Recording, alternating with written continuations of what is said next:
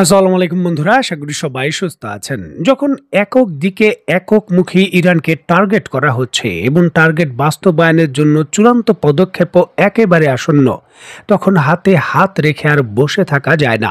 একেবারে সর্বোচ্চ স্তরের যে শেষ প্রস্তুতি রয়েছে সেটা গ্রহণ করতে হয় এবং নিজের অস্তিত্ব রক্ষা করার জন্য আরেকজনের অস্তিত্ব ডিস্ট্রয় করে দেওয়া বা আরেকজনের জন্য চূড়ান্ত হুমকি তৈরি করতে হয়। আর ইরান এবার এটাই করেছে। জাতিসংঘের নিষেধাজ্ঞা কিংবা আন্তর্জাতিক আণবিক সংস্থার হুমকি দামকি কোনো কিছু পরোয়া না করে ইরান তার কাছে থাকা যে ইউরেনিয়াম রয়েছে সেগুলো মিসাইল সাইলোতে ব্যবহার শুরু করেছে। আর এই খবর নিশ্চিত করেছে আন্তর্জাতিক আণবিক সংস্থা।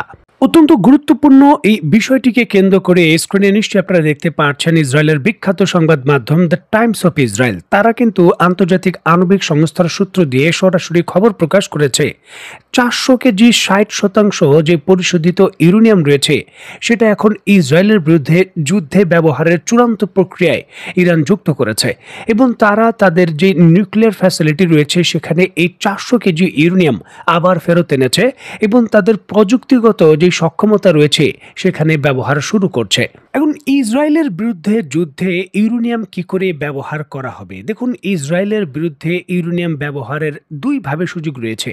প্রথমটি হলো সরাসরি পরমাণু বোমার ওয়ারহেড তৈরি করে সেটা মিসাইলে যুক্ত করা, আর দ্বিতীয়টি হলো যে ডার্টি বম বলা হয়, পরমাণু বোমা নয় তবে ইউরেনিয়ামের ব্যবহার করে রেডিয়েশন ছড়িয়ে দেওয়ার জন্য মিসাইলের অগ্রভাগে ইউরেনিয়ামকে যুক্ত করে দেওয়া। যদিও দ্য ডার্টি বোমা পরমাণু বোমার মতো ততটা শক্তিশালী নয়, তবে দ্য ডার্টি বোম সাধারণ যে ওয়ারহেড রয়েছে বা বোমা রয়েছে এর শক্তি কয়েকশো গুণ বাড়িয়ে দিতে সক্ষম। ইউক্রেনের যুদ্ধক্ষেত্রে রাশিয়া এগুলো ব্যবহার করেছে এবং ইউক্রেনের বিরুদ্ধে অভিযোগ রয়েছে রাশিয়ার বিরুদ্ধে তারা এটা ব্যবহার করেছে। এগুলো যুদ্ধক্ষেত্রে খুবই কার্যকর একটা পদক্ষেপ এবং কার্যকর কৌশল। ইরান দ্বিতীয় ধাপের যে হামলা বা যুদ্ধের আশঙ্কা করছে ইসরায়েলের সঙ্গে, সেখানে এই দ্য ডার্টি বম সেটা ইউজ করবে এমন আশঙ্কায় ভুগছে আন্তর্জাতিক আণবিক সংস্থা এবং ইসরায়েল।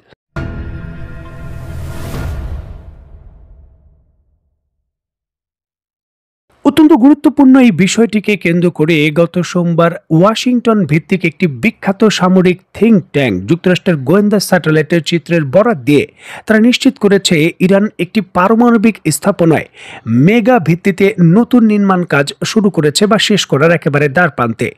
একসময় অস্ত্র কর্মসূচির সঙ্গে জড়িত সন্দেহ করা হয়েছিল এই প্রকল্পটিকে। গত বছর ইসরায়েলি বিমান হামলায় ধ্বংস হয়ে গিয়েছিল সেটি, তবে রাতারাতি ইরান সেখানে অবকাঠামো তৈরি করতে সক্ষম হয়েছে। যুক্তরাষ্ট্রের গোয়েন্দা সংস্থা যে স্যাটেলাইট চিত্র প্রকাশ করেছে, স্ক্রিনে নিশ্চয়ই আপনারা তার দৃশ্য দেখতে পাচ্ছেন। এটি ইরানের রাজধানী তেহরানের দক্ষিণ পূর্বে যে প্রাচীন সামরিক কমপ্লেক্স রয়েছে তার মধ্যে অবস্থিত। 2024 সালে 25শে অক্টোবর ইসরায়েলি বিমান এখানে আঘাত হানে, তবে জুন মাসে যে সংঘর্ষ হয়েছিল তখন এখানে আর আক্রমণ হয়নি।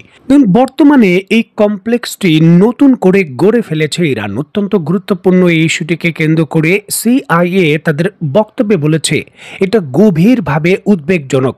পরিকল্পনার পারমাণবিক অস্ত্র উন্নয়নের যে নির্মাণ কাজ সেটা আবার শুরু করেছে ইরান এবং জোরে সোরেই সেটা তারা বাস্তবায়ন করছে।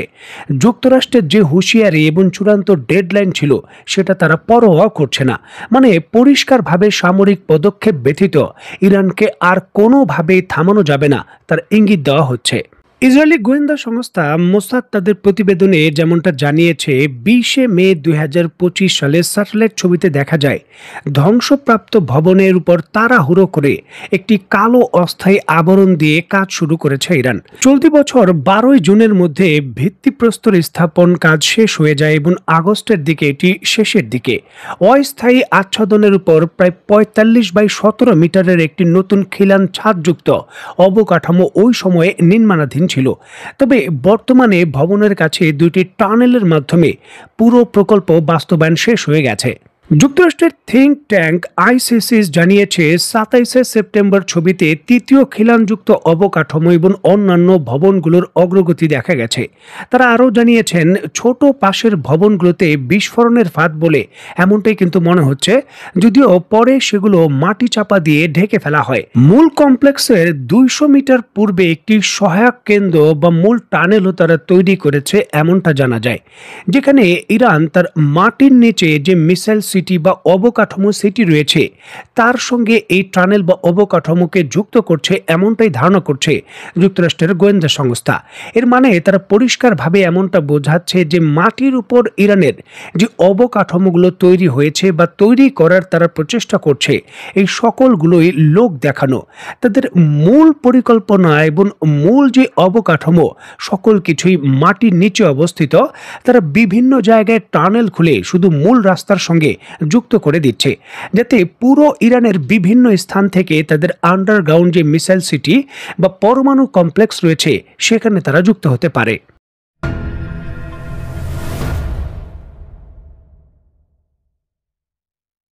দেখুন, বাংলায় একটা বিখ্যাত উক্তি আছে, ঠেলার নাম হলো বাবাজি। যখন আপনি আপনার পেশি শক্তি দেখাতে পারবেন, শত্রুকে আপনার যে সক্ষমতা রয়েছে এবং আপনি কি করতে পারেন সেটা প্রমাণ করতে পারবেন, তখন শত্রু অবশ্যই আপনাকে সমীহ করবে এবং আপনার সঙ্গে সমঝোতা করতে বাধ্য হবে। ইরানের ক্ষেত্রেও কিন্তু এর ব্যতিক্রম নয়। পশ্চিমা বিশ্ব, বিশেষ করে E3 দেশ ফ্রান্স, যুক্তরাজ্য এবং জার্মানি, তিনটি দেশ জাতিসংঘের নিষেধাজ্ঞা কার্যকর ইরানের উপর করার পরই ধরে নিয়েছিল ইরান হয়তো নিবৃত হয়ে যাবে।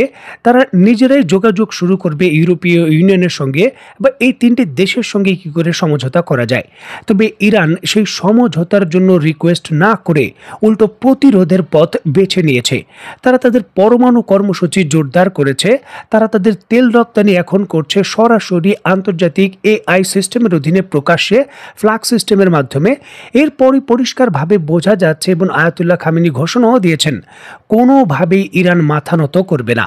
আর এর পরপরই ইউরোপীয় ইউনিয়ন সরাসরি নতুন করে আনুষ্ঠানিকভাবে ইরানের সঙ্গে আলোচনায় বসেছে। অত্যন্ত গুরুত্বপূর্ণ এই বিষয়টিকে কেন্দ্র করে স্ক্রিনে নিশ্চয়ই আপনারা দেখতে পাচ্ছেন, ইরানের পররাষ্ট্র মন্ত্রণালয়ের পক্ষ থেকে স্টেটমেন্ট দেওয়া হয়েছে যে আমরা ইউরোপীয় ইউনিয়নের সঙ্গে আলোচনা শুরু করেছি। এর মানে এটা নয় যে যুক্তরাষ্ট্রের সঙ্গে আলোচনা শুরু করেছি। যুক্তরাষ্ট্রের সঙ্গে আমাদের কোনো আলোচনা হবে না, আলোচনা হওয়ার কোনো সুযোগ নেই। ইউরোপীয় ইউনিয়ন আমাদের পার্টনার হতে পারে, আমরা তেল রপ্তানি করতে পারি, জ্বালানি রপ্তানি করতে পারি বা বিভিন্ন ধরনের পণ্যের আদান প্রদান হতে পারে।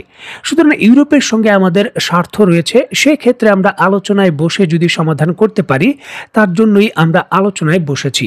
দেখুন, অত্যন্ত গুরুত্বপূর্ণ এই ইস্যুটিকে কেন্দ্র করে ডোনাল্ড ট্রাম্পের যিনি বিশেষ দূত রয়েছেন জনাব উইটকফ, তিনি তার বক্তব্যে দাবি করেছেন যে ইরানি যে অফিসিয়াল কর্মকর্তা রয়েছে তাদের সঙ্গে তার টেলিফোন আলাপ হয়েছে এবং খুব শীঘ্রই আনুষ্ঠানিকভাবে তৃতীয় কোনো একটি দেশের মধ্যস্থতায় তারা আলোচনায় বসতে পারেন। এই ক্ষেত্রে কিন্তু তারা রাশিয়ার কথাও ইঙ্গিত করছেন। এখন বিষয়টা হলো, যুক্তরাষ্ট্রের নেতৃত্বে যখনই কোনো আলোচনা হয় বা আলোচনায় কোনো দেশ বসে, সাথে সাথে কিন্তু যুক্তরাষ্ট্র এর সর্বোচ্চ সুযোগের সদ্ব্যবহার করে এবং তারা সামরিক হামলা করে। সুতরাং এখানে ইরান নতুন দফায় যুক্তরাষ্ট্রের সঙ্গে বৈঠকে বসলে সেই সুযোগও যুক্তরাষ্ট্র নিতে পারে, এই আশঙ্কাও রয়েছে, যার জন্যই কিন্তু ইরান যুক্তরাষ্ট্রের সঙ্গে কোনো আলোচনায় বসতে চায় না। এখন দেখার বিষয়ে চূড়ান্ত ডেডলাইন হিসাবে ইরান তার স্ট্যান্ড নিয়েছে, এখন যুক্তরাষ্ট্র তার স্ট্যান্ড পরিষ্কার করেছে। ট্রাম্প বলেছেন যে নতুন অবকাঠামো তৈরি হলে বা ইরান পরমাণু কর্মসূচি সমৃদ্ধ করতে চাইলে সাথে সাথে হামলা হবে। এখন ইরান কিন্তু নতুন পরমাণু স্থাপনা তৈরি করে রেডি করে ফেলেছে। এখন দেখার বিষয়ে যুক্তরাষ্ট্র আসলে কি করে। তো বন্ধুরা, আজকের মতো বিদায়, নতুন কোনো ভিডিও নিয়ে আবার দেখা হবে। সেই পর্যন্ত সবাই ভালো থাকবেন, সুস্থ থাকবেন এবং বাংলাদেশকে ভালোবাসবেন। আল্লাহ হাফেজ।